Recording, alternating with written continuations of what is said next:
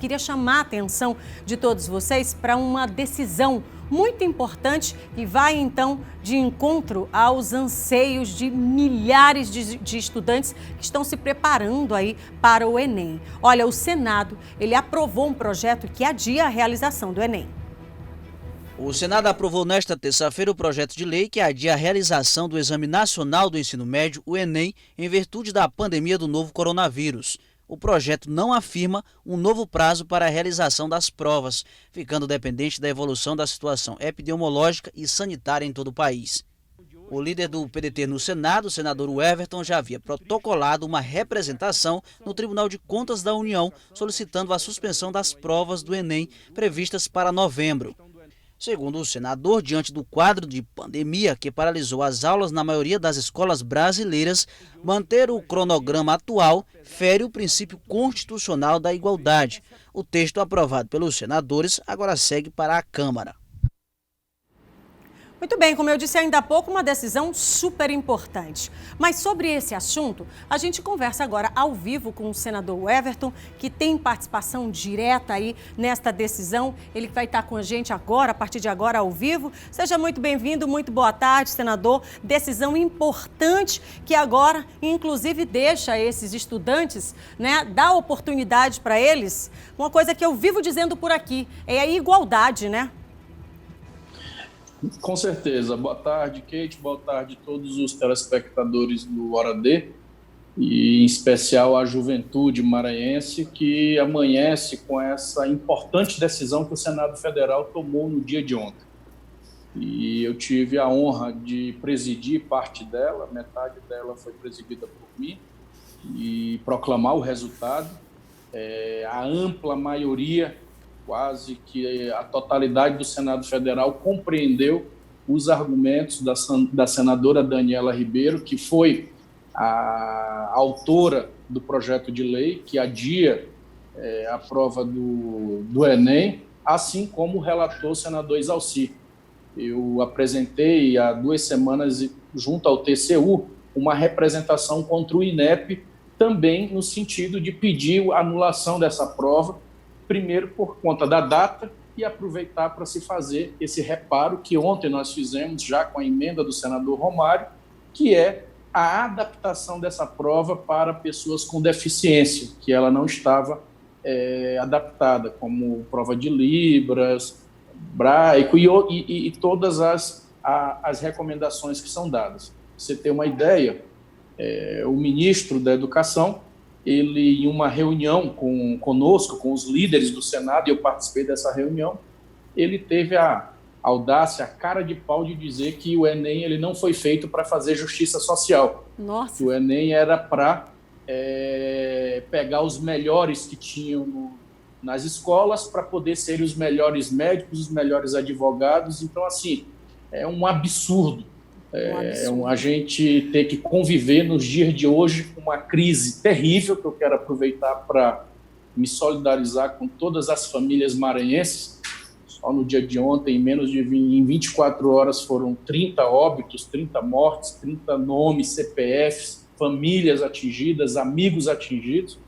E no meio de uma crise dessa, que está todo mundo assim concentrado, tentando ajudar o máximo possível, nós ainda temos que conviver com as verborragias e as asneiras que o ministro da Educação profere, infelizmente, todo dia, através das suas redes e nas entrevistas que ele dá. Uma postura totalmente inadequada para quem comanda um ministério tão importante, porque o Ministério da Educação ele tem que ser visto como um ministério do desenvolvimento, do futuro, da oportunidade, é o ministério dos sonhos, da oportunidade, é o ministério de abrir a janela. Quantas histórias bonitas nós não temos no Maranhão, no Brasil, de estudantes que saíram de famílias humildes, pessoas que lutaram na vida e venceram porque tiveram um único padrinho, que foi o livro, foi o acesso à educação.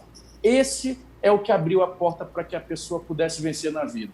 E aí o ministro vinha nos dizer que o Enem não é instrumento de justiça social. Isso foi o fim da condição de diálogo com ele.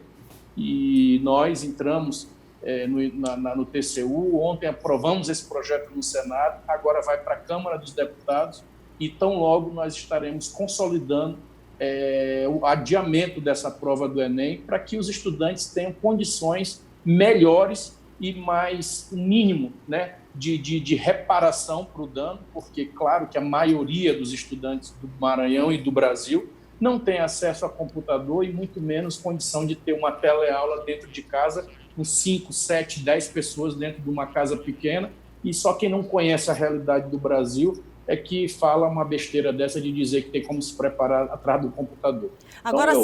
Agora, senador, o senhor fala assim, com relação a todo esse cenário, coloca esse cenário que é um cenário muito real, muito concreto. A gente, se fosse, na verdade, classificar aqui, pegaria o mínimo, né? Falta de bom senso diante de um cenário como esse, posto aí diariamente com realidades cruéis, a gente sabendo de tudo que está acontecendo, né? E aí a gente ainda tem que conviver com falas como essa, né, que ultrapassa qualquer tipo de entendimento, uma vez que a gente está falando de educação, né? Nós estamos falando de educação, Kate. Só para você ter uma ideia, o ministro da Educação, primeiro porque é o que eu falei ontem na sessão, ele vem falar de justiça social, então nós vamos falar de meritocracia. O ministro, ele não tem, de longe, nem capacidade nenhuma para estar sentado na cadeira do Ministério da Educação. Então, se ele for falar de oportunidade, ele tinha que falar de competência primeiro, porque ele é o primeiro que não teria condição nenhuma de estar sentado na cadeira de ministro da Educação representando uma pasta tão importante como eu falei agora há pouco. São bilhões que ele deixou perder no orçamento, as universidades diminuíram os investimentos, o custeio e as condições para que elas possam funcionar, e é um retrocesso enorme, né? Nós temos várias críticas ao governo do presidente Bolsonaro, mas temos tido responsabilidade aqui no Senado. Todas as pautas que são importantes para o Brasil, nós temos ajudado. Eu fui o relator da calamidade pública, que decretou o estado de calamidade pública que ele assinou, e aprovamos sem ressalvas, porque entendemos que tínhamos que ajudar o governo federal a criar as condições para ajudar os estados.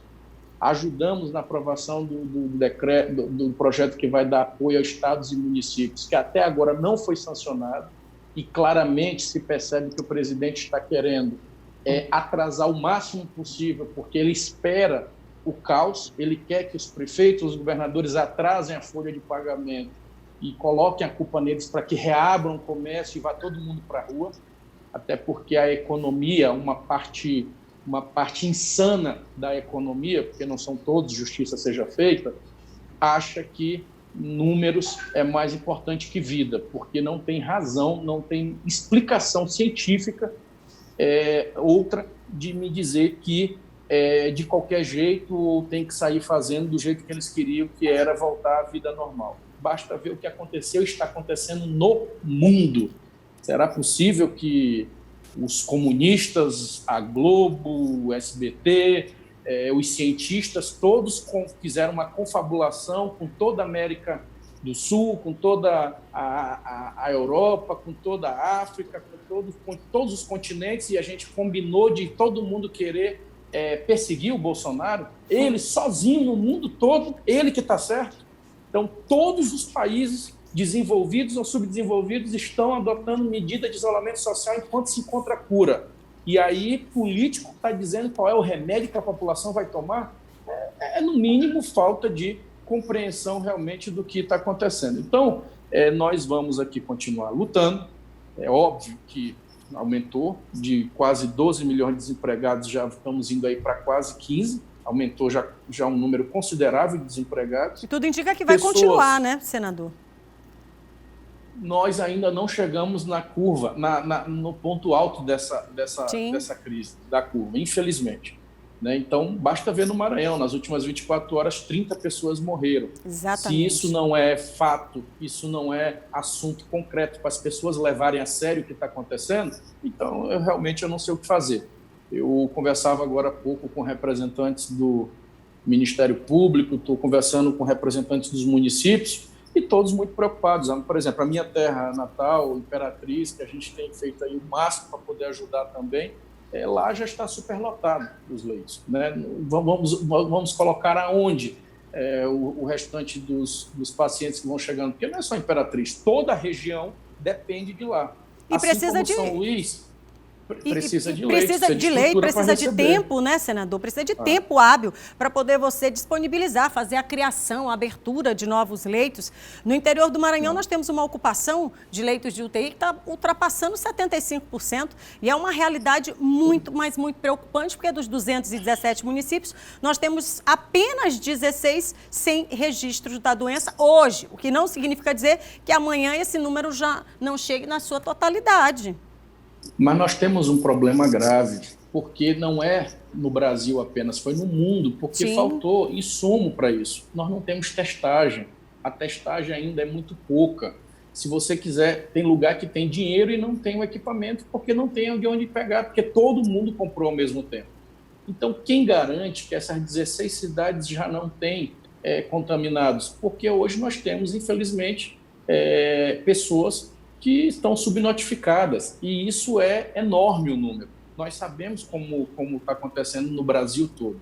Então, eu peço e rogo mesmo a Deus, primeiro, para que Ele dê discernimento, conforto para as famílias que estão passando por esse momento difícil, para que nos dê paciência para podermos entender que se todo mundo fizer o isolamento social de forma correta e levar esse assunto a sério, nós vamos ter, mais rápido nós vamos sair. Se a gente para todo mundo junto e respeita as normas do isolamento, já o comércio está aberto, as pessoas estão voltando aos poucos à sua normalidade. Ontem mesmo, o Congresso Nacional aprovou um projeto de lei importante, que foi a obrigatoriedade do uso de máscaras. É um projeto do Pedro Lucas Fernandes, maranhense, deputado, e o relator foi também o deputado maranhense, o deputado Gil Cutrim. Então, assim, era necessário a gente ter que fazer uma lei para falar para as pessoas que elas têm que usar uma máscara caseira na rua para evitar passar gotícula e contaminar eventualmente alguém ou ser contaminado. Então, assim, é muito também, Kate, da consciência. Infelizmente, a gente sabe que as pessoas pagam para ver. E o problema é que quando vem, aí não levavam a sério, e quando vem, infelizmente, é uma doença traiçoeira, ela muito rápido, ela toma de conta do pulmão da pessoa, os que têm realmente, que não aguentam, que não passam aí porque muitos são... Sintomas são diferenciados, né? Mas são sintomas leves, mas outros, infelizmente, são graves. O organismo de cada um. É uma loteria, na verdade, né? É uma loteria, uma roleta russa. Então, quando pega, infelizmente, já não tem muito o que fazer.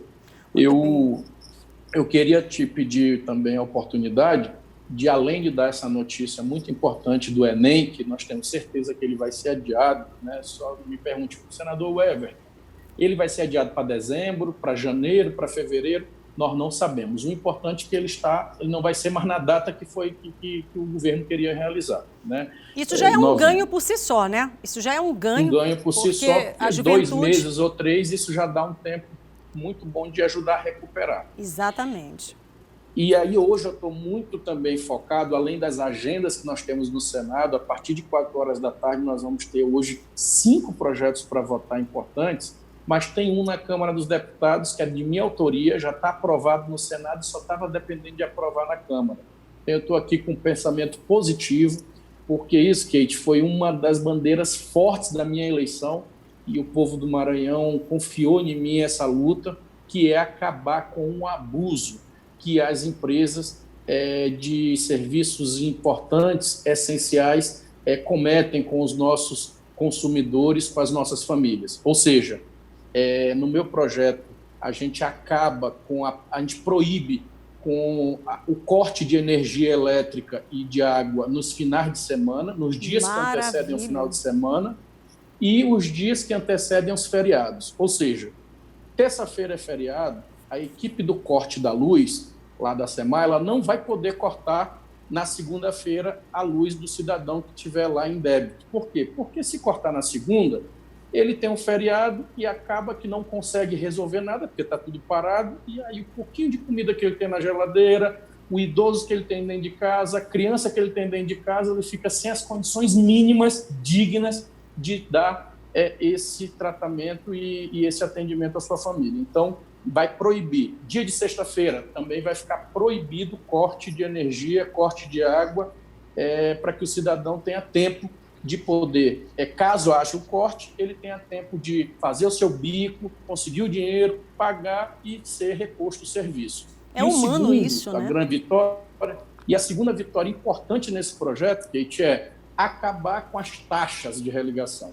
Então, a SEMAR vai lá, vai cortar a energia, ela paga, ela vai ter que voltar em 6 horas o serviço e não vai poder cobrar taxa de religação, que já é outro absurdo. Às vezes eles cobram umas taxas de urgência que são um absurdo, do absurdo, do absurdo. O cidadão tem mau dinheiro para pagar a conta e ainda querem cobrar uma taxa de religação. Então nós vamos, se Deus quiser, aprovar hoje na Câmara Federal, no Senado já está aprovado, aí basta o presidente apenas sancionar e daí nós vamos ter essa grande vitória e os brasileiros vão poder usufruir desse grande projeto. Olha, senador, primeiro eu quero dizer que é extremamente importante, né? 2 medidas extremamente importantes, mas antes disso, são medidas humanas, né? Humanas. Você lembra que tem ali um trabalhador que muitas vezes não tem nem o dinheiro para pagar a conta, quanto mais ter esse dinheiro para complementar, ter um dinheiro a mais para poder pagar a religação. Então, é humano isso.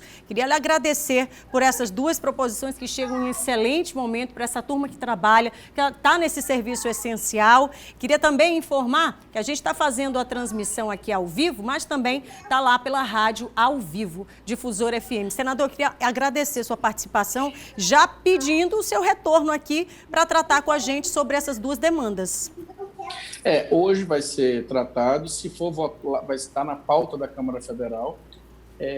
Quando for aprovado, nós iremos já avisar para vocês, tá? E se Deus quiser, amanhã já anunciar aí para os nossos queridos maranhenses, amigos, correligionários, para todos os simpatizantes, para todas as famílias dessa notícia aí maravilhosa, diante de várias notícias ruins que nós estamos tendo no meio dessa crise do coronavírus. E sobre o Enem, eu vou continuar mantendo vocês informados, tão logo quando tiver outros desdobramentos. Olha, senador, por falar em família, né? A gente vê a figura do senador e muitas vezes a gente esquece, né? Que está ali em meio a uma decisão importante e outra. A gente escutando aqui a zoadinho, o barulhinho da criançada aí se movimentando, porque não deixa de ser pai de família, não deixa de estar no exercício da profissão, mas a criançada está por aí também, né? Aqui nós estamos assoviando, chupando cana e o Miguel aqui chamando o papai, porque daqui a pouco eu vou pro Senado de novo. Tá vendo? Todo mundo diz assim, oi, pessoal. Dá tchau. Que legal. Obrigada, senador. Um abraço nosso para toda a família. Cadê todo mundo? Ai, tá todo mundo aqui, ó. Tá todo mundo lá do outro lado, tá? Tchau. Até logo, viu? Muito obrigada. Vamos lá. Muito obrigada.